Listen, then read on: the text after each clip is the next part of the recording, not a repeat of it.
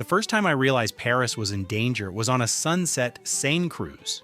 Pink light on the water, Eiffel Tower sparkling, soft accordion in the background, right? Next to me is overconfident dad in a neon Paris 2025 hoodie, filming everything vertically.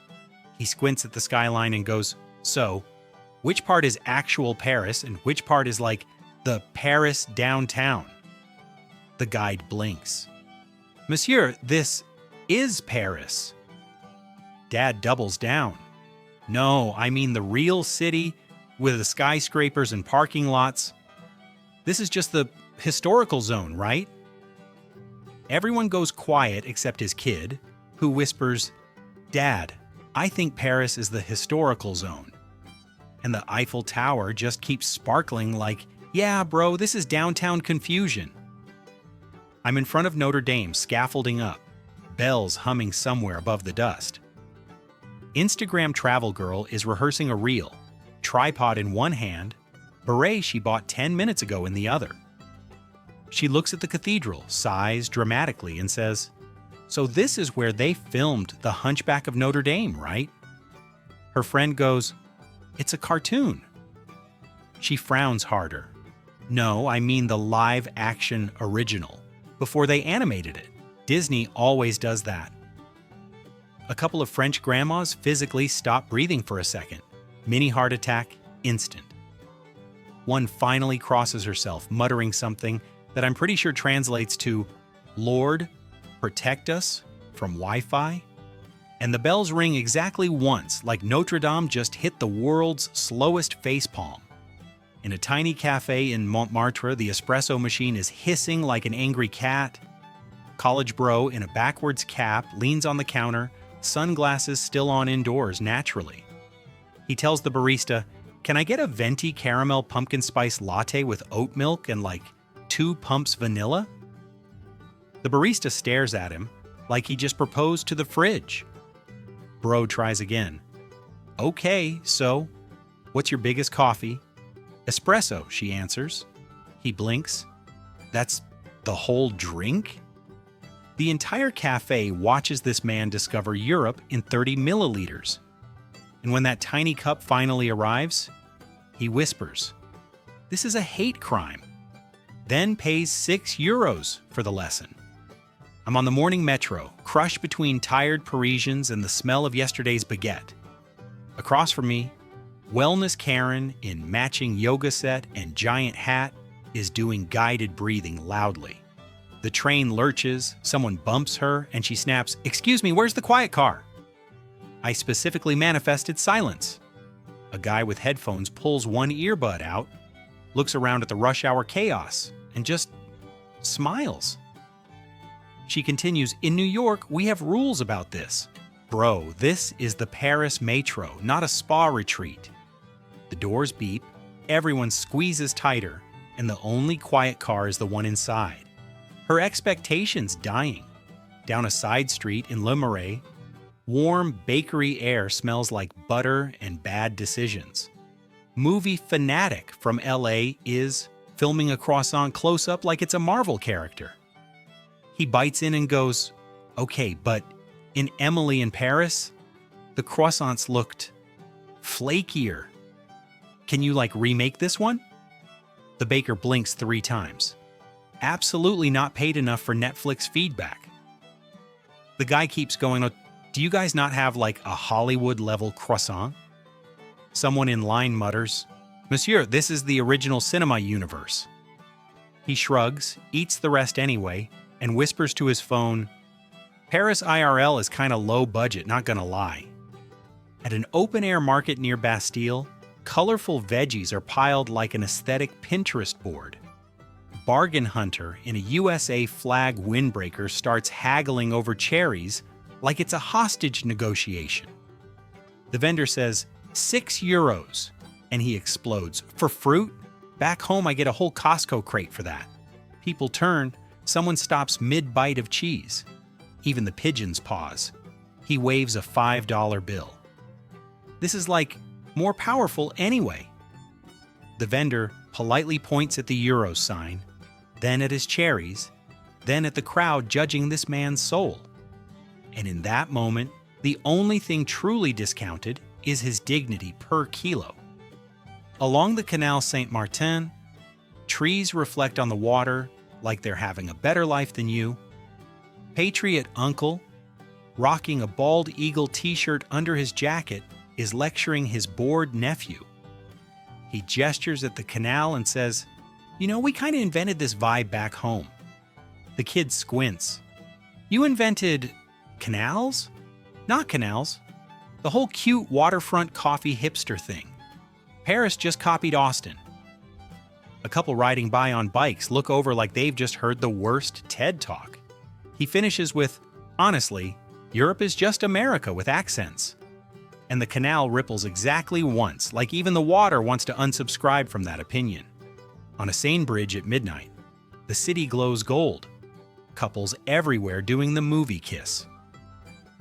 TikTok travel expert in a puffer jacket is live streaming with a ring light clamped to the railing. She announces, "We're here at the famous Love Lock Bridge, where every lock is legally approved by the city." A local walking his dog actually chokes. He says gently, "They hate the locks. They remove them. It damages the bridge." She smiles wider at her phone. "He's just being modest, guys. The city loves love." Right then, a sign behind her literally says, "No more love locks." But hey, why read French when you've got engagement metrics? Inside a tiny bistro near Saint-Germain, candles flicker like they've got gossip. Retired rich guy in a pastel sweater draped over his shoulders flips through the wine list dramatically. He tells the waiter, "Bring me your coldest room temperature red, like American cold." The waiter blinks slow, processing whatever war crime that sentence was.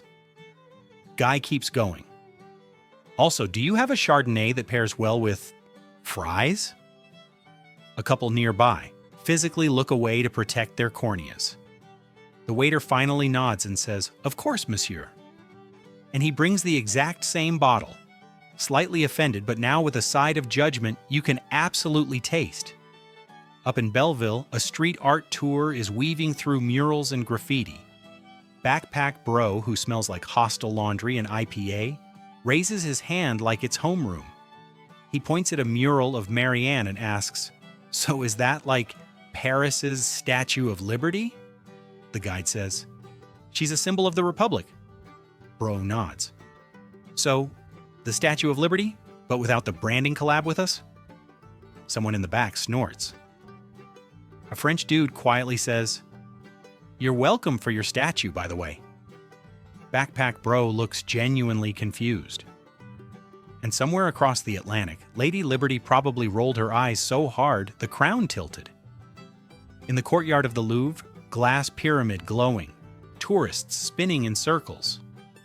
Business consultant in a blazer and Allbirds is staring at the line like it's a balance sheet. He tells his partner, if they just introduced a priority pass tier and dynamic pricing, they'd 3x revenue. She whispers, "It's a museum, not an airport lounge." He keeps going. You funnel high-value art viewers into fast lanes. Upsell the Mona Lisa room. Boom. A guide passing by sighs in French, which is somehow even more devastating than words. And the pyramid just sits there, silently rejecting his entire LinkedIn profile. On a narrow street in the Latin Quarter, it smells like crepes, cigarettes, and bad decisions. Freedom guy in a sleeveless hoodie is standing under a Sens Interdit sign, aka no entry. He laughs and says, "Signs are suggestions, bro," then steps right into an active bike lane. Cyclists brake, bells ringing, words flying that even Google Translate would censor. He shouts, "I thought Europe was supposed to be chill!" A woman on a bike yells back, something basically meaning, "Chill doesn't mean stupid." And the red sign above him glows a little brighter, like it just got a new favorite customer. In a quiet courtyard of the Sorbonne, ivy on the walls, students whispering over notes, Honeymoon couple strolls in, matching trench coats, still arguing about a map. She goes, "So this is where they filmed Harry Potter, right?" He answers confidently, "No, that was at the Paris Wizard School near the tower thing." Two actual students freeze like statues. One finally says, "That's London and fiction." They both laugh it off. "Babe, Europe is basically one big Hogwarts anyway." And you can feel several centuries of French philosophers collectively lighting a cigarette out of disappointment at a tiny wine bar in Oberkampf.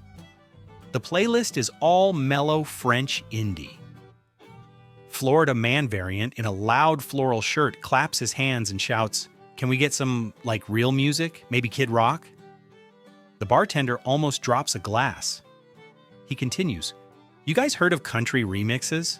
They'd love that here."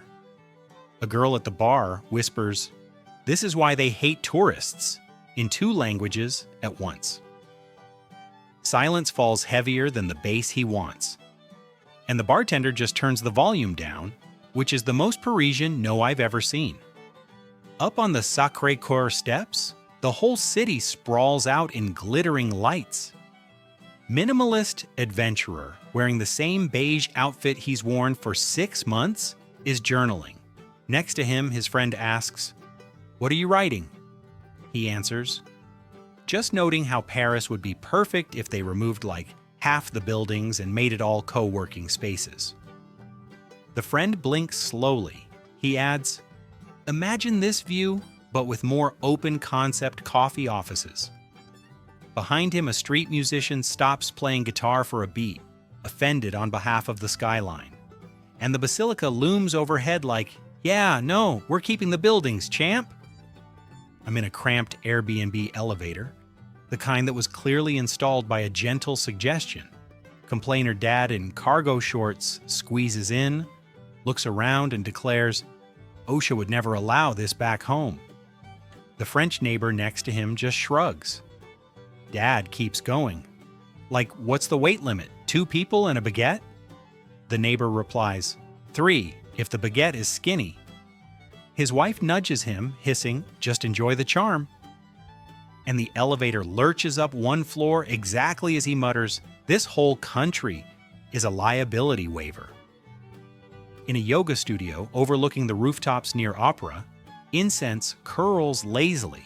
Wellness influencer in a matching sage set is filming her Paris detox flow. The instructor says, "Inhale, exhale," and she interrupts, "Quick question. Do you have non-toxic, gluten-free air filters? The smog is messing with my aura." Everyone freezes in mid-dog pose. The instructor smiles thinly. "We have windows." She nods like she's just discovered a new biohack. And Paris, a city built on wine, cigarettes, and stress, collectively laughs from far, far below. On a daytime Seine tour boat, retirees in pastel coats are listening to the guide explain bridges. Cruise tourist in a branded lanyard raises his hand and asks, "So which of these bridges is older than America?" The guide grins, "Most of them." He leans back, stunned. Older than our first mall? His wife pats his arm sympathetically, like history just personally attacked him. The guide points to a medieval one, sharing the date. And you can actually see this man recalculating his entire family tree to fit under that stone arch. Inside a chic department store near Opera, perfume clouds are doing more damage than war. First-time traveler clutches a mini Eiffel Tower in each hand, staring at the cologne prices. He whispers, "Dude, €90. For smell?" The sales associate smiles with the cold efficiency of someone who knows you'll still buy it. He keeps going, "Do you have a Paris but on a budget fragrance?" She points to a smaller bottle with even fewer milliliters and more sarcasm. And when he finally taps his card, the receipt basically says, "Congrats, you just bought air with a storyline." At a neighborhood boulangerie in the 11th, locals line up like it's church. Loud Texas guy barges in, cowboy hat, giant grin, full energy. He declares, "I'll take one of those long breads, extra gluten, and can y'all slice it for my Subway sandwich later?" The woman behind the counter stops mid-bagging. Someone in line gasps, "Not the baguette." She answers, "We do not slice. It is sacrilege." He laughs. "Back home, we cut everything. Makes it more efficient." And every single baguette on the shelf suddenly looks like it's planning a revolution. On a side street in Pagal, neon signs buzz over a surprisingly wholesome crepe stand. Overconfident Dad 2.0 returns, this time holding a map he refuses to fold properly. He tells his kids, "This is the Times Square of Paris." They look around at the mismatched bars and bakeries. One kid asks, "So where's the giant M&M store?" A local walking by just shakes his head, amused. And Pagal, messy and halfway charming, politely declines the comparison without saying a word. In a quiet park near the Canal de l'Ourcq, kids are sailing little boats on a pond. Instagram Travel Girl 2.0 is filming a slow-motion spin with a baguette under her arm. She pauses, looks at the pond, and says, "Is this where they shot the boat scene from Titanic?" Her friend actually chokes on a macaron. She adds, "No, really, the vibes are identical." A dad nearby just hugs his kid's toy boat protectively, and the pond's tiny fountain sputters once, like even the water is laughing too hard to function. In a smoky little jazz bar off Rue Oberkampf, the band is actually good enough to make you rethink your life.